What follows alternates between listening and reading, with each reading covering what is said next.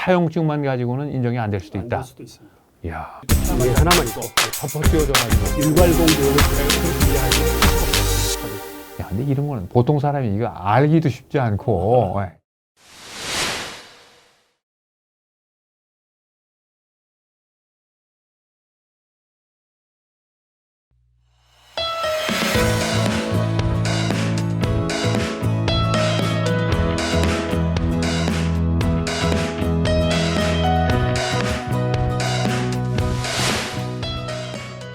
죽는 것도 억울한데, 예, 죽은 다음에 벌금까지 내라고 하니까 더 억울하죠. 이 벌금을 상속세다 이렇게 이제 표현을 하는데요.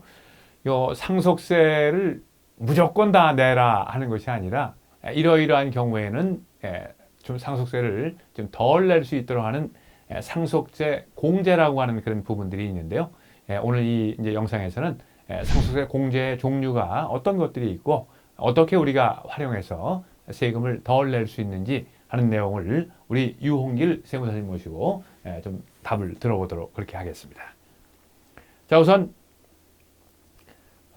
상속세를 낸다고 그러면은 상속 재산에 대해서 상속세를 내지 않습니까? 예. 근데 이제 우리가 이제 다른 영상에서 좀 살펴봤는데 상속을 할 때는 적국 재산, 이건 이제 실제 재산이고 소국 재산, 부채 같이 상속한다 이렇게 되어 있거든요. 예.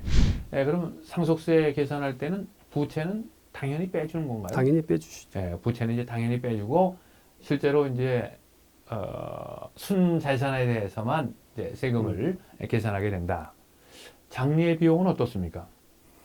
먼저 그 부채 부분은요, 예. 공제가 가능하고 예. 대부분 실무에서 보면은 예. 부채는요, 예. 금융기관 부채 예. 그리고 부동산 임대업이 있으면 임대 보증금이 있지 않습니까? 예. 그 부채가 가장 크죠. 예. 두 가지 부채가 예. 많이 일어나고. 근데 사채 같은 경우도 뭐 이렇게 상속인들이 있다고 주장을 하는데 그거는 실제로 빌려줬는지를 확인할 수 있는 근거가 되면 가능하겠으나 그거는 상당히 어려움도 있습니다. 사채 부분은. 야, 이것도 역시 전문가가 필요하다는 생각을 다시 한번 하는데요. 아니 실제로 뭐 사채가 흔하지 않습니까? 그렇습니다. 뭐 개인 간에 뭐 돈 빌려주고 하는 그런 부분들이 있는데, 그럼 사채는 근거가 있으면 되겠죠. 네. 근거로 인정되는 세무당국에서 인정하는 근거가 되게 어떤 것들이 있습니까? 뭐 금융재산을 통해서 예. 내 돈이 뭐 계좌 이체한 거. 계좌 이체가 왔다든가 예, 예. 뭐 그런 경우들 예. 뭐 그런 게 되지 않겠습니까? 그럼 뭐 차용증 이거 사용증도 있어야 될 뿐더러 그거 예, 있어야 예. 되지 않겠나 생각이 듭니다. 근데 차용증만 가지고는 안 될 수도 있겠네요. 그렇습니다. 야. 그건 나중에 조사할 때 예. 근거대라고 그러면 예. 상당히 어려움이 있을 수 있습니다. 야, 그러니까 이제 그 죽음을 제대로 준비하려고 하면 돈을 빌려주더라도 돈을 빌리더라도 확실하게 증빙을 남기고 그러셔야죠. 가장 확실한 증빙은 은행의 계좌이체 내역은 인정이 되나요? 그렇습니다. 과세당국에서. 네. 예. 그렇다. 차용증만 가지고는 인정이 안 될 수도 있다. 안 될 수도 있습니다. 이야, 그렇군요. 예. 자, 다시 아까 이제 드렸던 질문으로 돌아가면 장례 비용은요. 예. 증거가 있으면 예. 영수증이 있으면 예. 뭐 1,000만 원까지 공제 가능하고요. 예. 없더라도 500만 원 공제해 줍니다. 얼마 안 됩니다. 그다음에 1,000만 원 갖고 뭐 보통 집안이 장례 치르는 게 쉽지 않을 텐데. 세법이 좀 짜죠. 그런데 1,000만 원까지 공제가 가능합니다. 2,000만 원 영수증이 있더라도 1,000만 원까지만 공제가 가능하고요. 그다음 납골매라든가 예. 묘지 조성 예. 부분은 예. 영수증이 있으면 500만 원까지 공제가 가능합니다. 전부 합해서 맥시멈 1,500만 1,500만 원. 원. 야, 이건 뭐 좀 그러네요. 뭐 그냥 요즘 1,000만 원에 장례 치른다. 이거 뭐 현실적으로 제가 해보면 대부분 오바되죠. 그렇죠. 2, 3천만 원씩 들고 그러더라고요. 그러니까 이제 이거는 뭐 그냥 크게 생각할 필요 없다. 네. 그냥 이제 1,000만 원, 뭐 500만 원 이렇게 이제 네. 계산하고 알고 있으면 된다. 이제 그렇게 이해하면 될 것 같고요. 배우자 공제가 사실 가장 크기 때문에 네. 뭐 다른 영상에서도 우리가 이제 배우자 공제 많이 다뤘습니다만 다시 한번 제가 좀 이제 좀 총체적으로 배우자 공제가 어떻게 되는지 좀 설명을 좀 부탁드리고 싶은데요. 배우자 공제는요. 예. 민법상 배우자 지분은 0.5알이 가산됩니다. 예, 그래서 예. 만약에 50억이다 상속 재산이 그러면 자제분들이 둘이면 55 곱하기 3.5분의 1.5가 예, 예. 배우자 공제에 해당이 되고요. 민법상 지분입니다. 예, 미분수 기본. 그런데 이 배우자가 30억을 상속재산을 분배를 받았다. 예. 그랬을 경우에는 작은 금액, 예. 둘 중 작은 금액을 배우자 공제로 인정을 해주고요. 만약에 하나도 안 받았다. 자제분들이 그 50억이라는 재산을 다 25억씩 나눠 가졌다 하더라도 5억은 공제를 해줍니다. 아, 그러니까 이제 최소 5억, 네. 배우자는 최소 5억. 예, 그 다음에 법정 상속분과 네. 실제 상속분을 비교해서 그래서 둘 중에 작은 금액. 그러나 상한선은 30억. 30억. 예, 이렇게 이해하면 되겠네요. 예, 그렇습니다. 예, 뭐 재산이 아주 많지 않은 경우는 뭐 네, 네. 상한선에 걸릴 일은 없겠습니다만, 예, 그렇게 이해하면 되겠네요.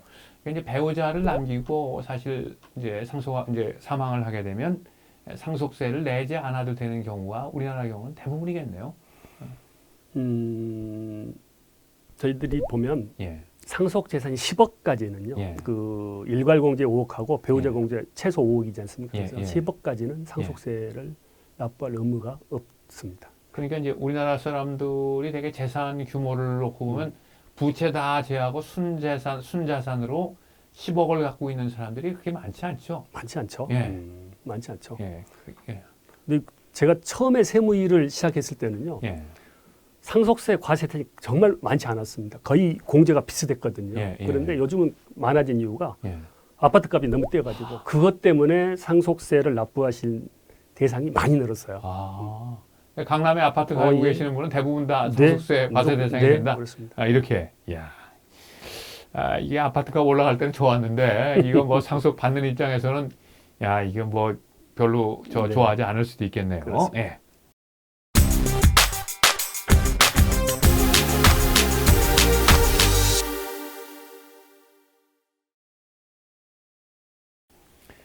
그다음에 이제 피상속인이 사망했을 때 이제 같이 살고 있던 자녀들이 있을 수도 있겠고요. 네, 네. 뭐 장애인을 자녀로 가지고 있을 수도 네, 있겠고, 네, 이제 이런 경우가 있을 텐데, 그런 경우에도 뭐 특별히 공제가 되는 그런 룰들이 있는 걸로 알고 있는데, 네, 네. 좀 설명이 어떻게? 예.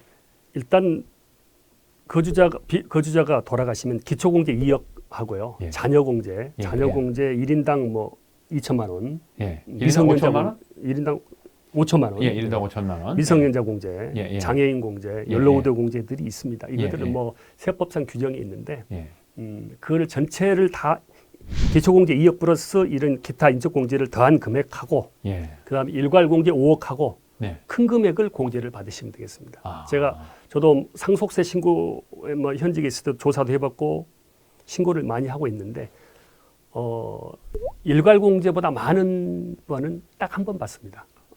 그러면 그 자제분 중에 장애인이 있으셨는데 그분이 40대였어요. 40대였는데 기대 여명이 남자 기대 여명이 75세인가 그래가지고 35년이지 않죠. 35년 곱하기 1,000만 원 하니까 3억 5천이 됐습니다.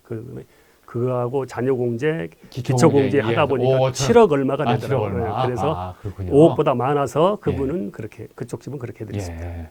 이제 말씀 들어보니까 아주 젊어서 죽게 되면 자녀들이 이제 있고 이제 미성년자고 연도까지 성년이 네, 이를 때는 연도까지 예, 이렇게 예. 하다 보면 그런 경우는 이제 그 전체 일괄 공제를 택하기보다는 이제 개별적으로 네. 공제 택하는 거 생각해 볼 필요가 있겠다. 네. 예, 그다음에 이제 그 장애인 자녀가 있는 경우에 네. 예, 이런 경우에도 이제 일괄 공제보다는 이렇게 이제 개별 공제를 택하는 것이 더 이제 공제 금액이 클 수도 있겠다. 네. 그러나 이제 대부분의 경우에는 뭐 이제 일괄 공제를 택하는 5억 원을 택하는 네. 것이 보다 많은 공제를 받을 수 있는 일반적인 방법이다.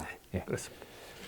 그다음에 이제 요즘 워낙 그 주택에 이제 사는 주택 그래서 뭐 결혼도 포기한다. 주택도 없는데 뭐 결혼할 게 뭐가 있느냐. 뭐 이제 이런 얘기가 돌 만큼 주택이라고 하는 것이 굉장히 민감한 이제 부분이 돼 있는데요.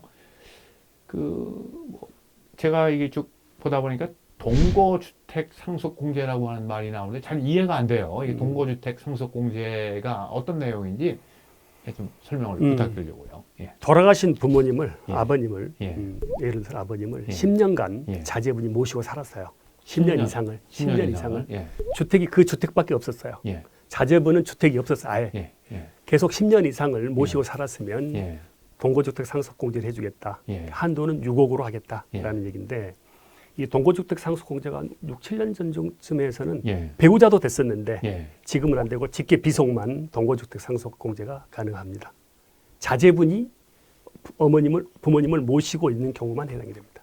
아, 그러니까 이제 동거주택 상속공제를 받는다고 하는 거는 사실 성년 자녀의 경우, 출가한 자녀의 경우는 거의 쉽지 않을 요즘에는 거의 많이 없습니다. 예. 뭐 예전에는 그냥 뭐 장남이 네. 모시고 살고 뭐 이렇게 이제 그 집에서 하는 그런 경우라고 하면 네, 네. 해당이 될 수도 있겠는데 네, 예, 그렇지 않으면 이제 뭐 거의 현실에서 보기 힘든 이런 경우는 있더라고요. 예. 상속인 자제분이 좀 몸이 안 좋으신 뭐 좀 안 좋으신 분들은 예. 그때는 부모가 케어를 하고 있지 않습니까? 그런 경우는 가능하더라고요. 예, 같은 예. 집에서 예, 예. 10년, 20년 사셨기 때문에 예, 그런 예, 경우가 예, 가능하더라고요. 예, 예. 그러니까 자녀 직계 비속이죠. 예, 그러니까 이제 자녀가 부모하고 10년 이상을 네. 한 주택에서 살고, 예. 예, 자녀가 주택이 없고, 부모도 이 주택 하나만 있고, 아, 부모도 그 주택 하나만 예, 가지고 하나만 있고, 네. 이런 경우에는 이제 주택 공제를 6억 원까지 까지 받을 가능. 가능성이 있다. 네. 야, 근데 이런 거는 보통 사람이 이거 알기도 쉽지 않고, 예, 이제 이렇게 좀 상속세를 내야 되는 대상이 있는 분들은 예, 아무래도 전문가의 도움이 예, 이런 이제 세세한 조항들까지 예, 이제 있는 걸 보니까 예, 꼭 받아야 될 필요가 있지 않겠나 네. 하는 생각을 하게 되네요. 예, 그다음에 그 현금으로 상속을 받게 되면 현금 재산 중에 일부를 공제해 준다 하는 이야기도 있는데 예, 그것도 좀 설명해 주시죠. 그거를 우리는 금융재산 공제라고 그러거든요. 예. 금융재산 공제는 예. 현금 재산, 현금성 재산, 예금, 보험, 뭐 비상장 주식 그런 현금성 자산의 20%를 공제를 해주는데 한도가 있습니다. 2억까지 공제 가능합니다. 아, 2억까지. 그 취지는요. 예. 부동산은 대부분 기준시가라든가 그런 걸로 평가가 되지만 현금성 자산은 100% 평가가 되지 않겠습니까? 액면으로 그냥. 예, 예. 평가가 되기 때문에 예. 그런 부분을 좀 억울하니까 아. 해주겠다는 세법 취지 같습니다. 아, 이거 오래간만에 국가가 국민을 위해서 예, 억울한 국민을 위해서 아 이러이러한 부분은 예, 좀 돌봐줘야 되겠다 하는 그런 부분이 있는 것 같네요. 네, 예. 자, 이제 오늘은 예, 우리가 이제 그 상속 재산이 확정이 됐을 때 이러이러한 살아있는 사람들이 있는 이런 경우에는 예, 상속 재산에서 좀 빼줘서 예, 세금을 덜 낼 수 있도록 하는 예, 다양한 종류의 이제 공제에 대해서 우리가 함께 공부를 해봤습니다.